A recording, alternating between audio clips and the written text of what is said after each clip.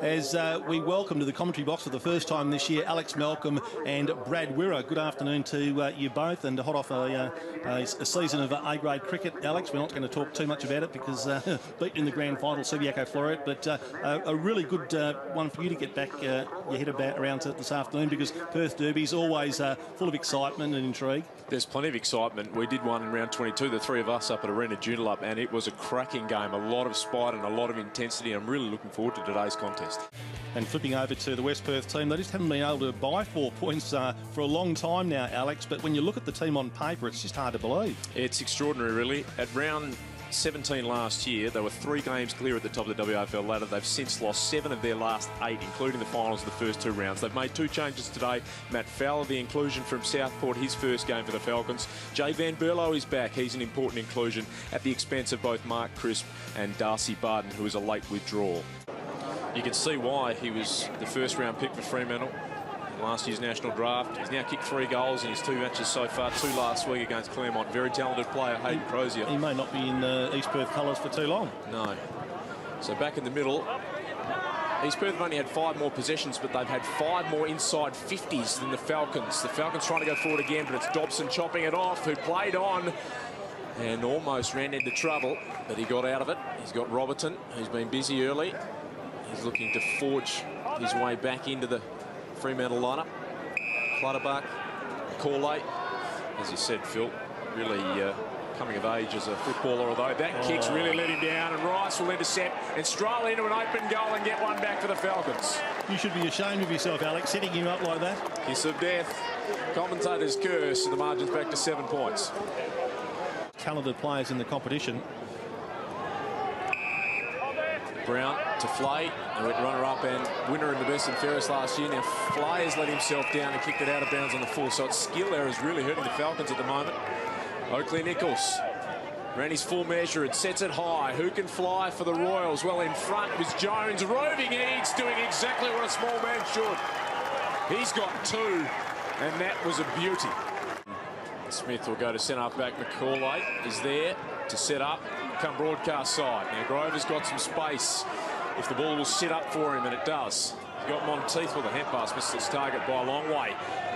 Monteith, fortunately, had support. McCauley again, just blazes away. Pettigrew will fly, or Brown spoiled him, and at the back, Crozier sitting and waiting, ran to 50, and that is a lovely looking finish. Crozier has 2.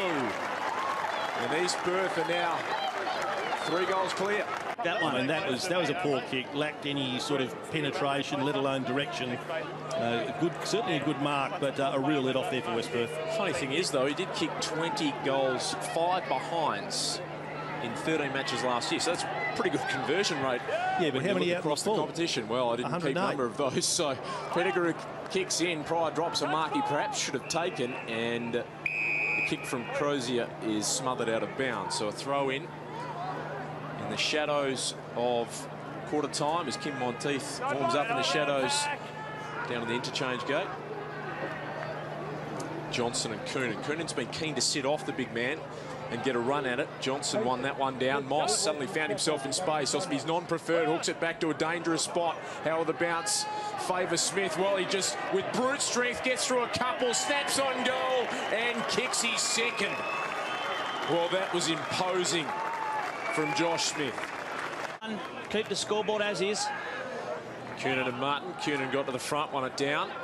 Here's Hutchings coming through, controlling it well. Awkward looking kick, but it was very effective.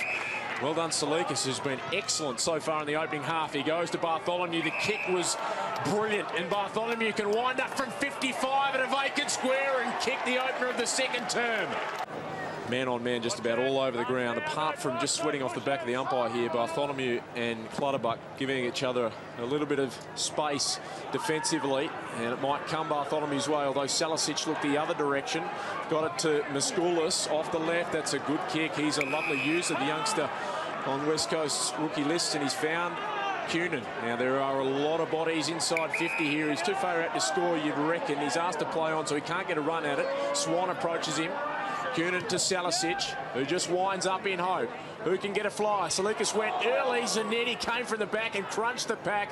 Couldn't hang on to it. Saylor tries to push off McCauley. Does so successfully. Off the non-preferred. Hits the post. Well, he created something out of nothing, but couldn't finish with a goal. Margin back to 7 points. So White goes long with a kick in. It clears Robertson at the back. Tedesco turns his opponent inside out. Here's Alessio just pushing off and handing towards centre half forward, but no one was home. McCauley to Charters. Didn't show any signs of panic. Got it to Grover. Steady kick for Payne. And now they can work it down the broadcast side through White and then Johnson, who won his left side. And Coonan should have known that as a left footer. Johnson got back to his left and hit Smith on the chest. He needs to get up. He's got some space inside 50 to work with as numbers flood back. He's just going to place it to the pocket, looking for Eads, and he finds it. This might be right on Eads' range. He kicked 2 goals in the opening term, just bobbing up at the right place at the right time. But this would be a tough set shot. Really good kick from Smith. 2 speedsters. Burns isn't slow, but needed to be lace out and was. Really good mark in front of his eyes. This is arguably the toughest kick on this ground, given the bruise comes from the right here of Brett Eads. We saw the shot from Payne move right to left. This is a pretty good looking effort. He holds it up and threads it through. Eads has 3. And the margin's back to 13 points. He's been a good recruit, no doubt about that. A guy with 70 games AFL experience at 3 clubs. He's gone short to wide. He's got AFL experience to Sweet, who can set it high. Now Smith's going to get a run here and used his body magnificently, but he's been penalised for a push before the football got there. It was tough, but it might well have been there. Just a little forearm here. Gee, that's very tough. It's very much the side to mine. Maybe it was a little early, who knows, but having said that, I think it was just too high. He touched him on the shoulder. McCauley's going to drive it to centre half forward. That's a great kick, but Crozier with that vertical leap couldn't hang on. Tedesco went to his knees, not the best option when you're in the back half. Well done by Sweet. Got it out to Payne, who sends a floater end on end, and Pryor gets on the end of it. He banged one out on the full earlier. But I did mention after that kick that he kicked 20 goals 5 last year. 25 shots, 20 goals 5. He's got 64-21 on his career, not including out of bounds on the full. Make that 65. Lovely finish, margin back to 20. So West Perth still alive. East Perth could have really put them under the cosh with 2 late goals there. But they've let him off the hook with a couple of misses. So Burns to Salikas, a long way up the ground, which Bill Monahan did hear you, Brad, getting him involved in the action. He kicks long to the wing. This is where you'd like him, on the end of it, really, and at the back. Wolf read that so well. He knew it was going to carry the pack, and so he was at the back to clean up. To Johnson, who's really lifted in the second half and has been impressive. He's Sweet. He's got Charters, and the next option is McCauley. You can see him just in the distance there, and he's got some room to run. One bounce, he can have a second and a third, but he kicks into the corridor, and Wolf, how did he find that much space? Great kick by McCauley, but questionable marking from the Falcons. It's really good vision, but even better execution by McCauley. Spoke about how he has turned it over a couple of times today, but this was well executed, and just too much latitude for a really experienced player to have. Well, he hands off, not confident on the distance, so he goes to Smith, who blazes on the run and missed everything. Out of bounds on the full. Wolf would have done better than that.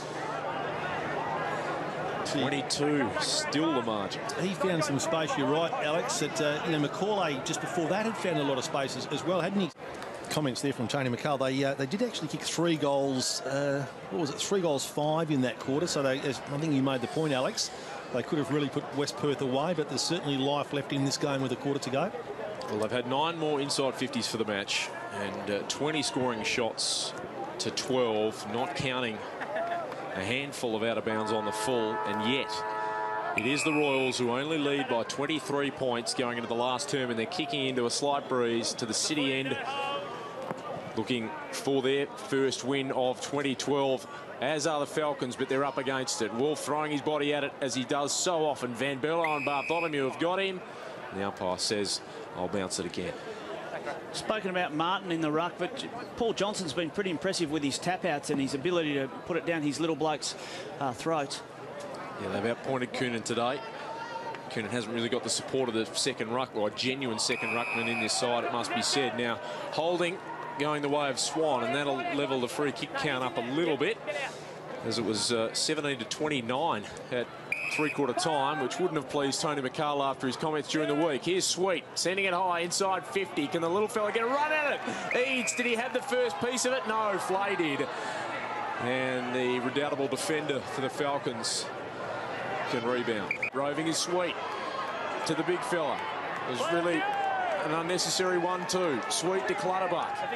Now they're streaming off halfback to a 2-on-1 here. Pryor does well to get it to the front. He's got no rovers at his feet. And the Falcons come in number. Salicic hooks it back towards half forward. Coonan so braves, and then he coming the other way, hangs on. He's got Brown on deep.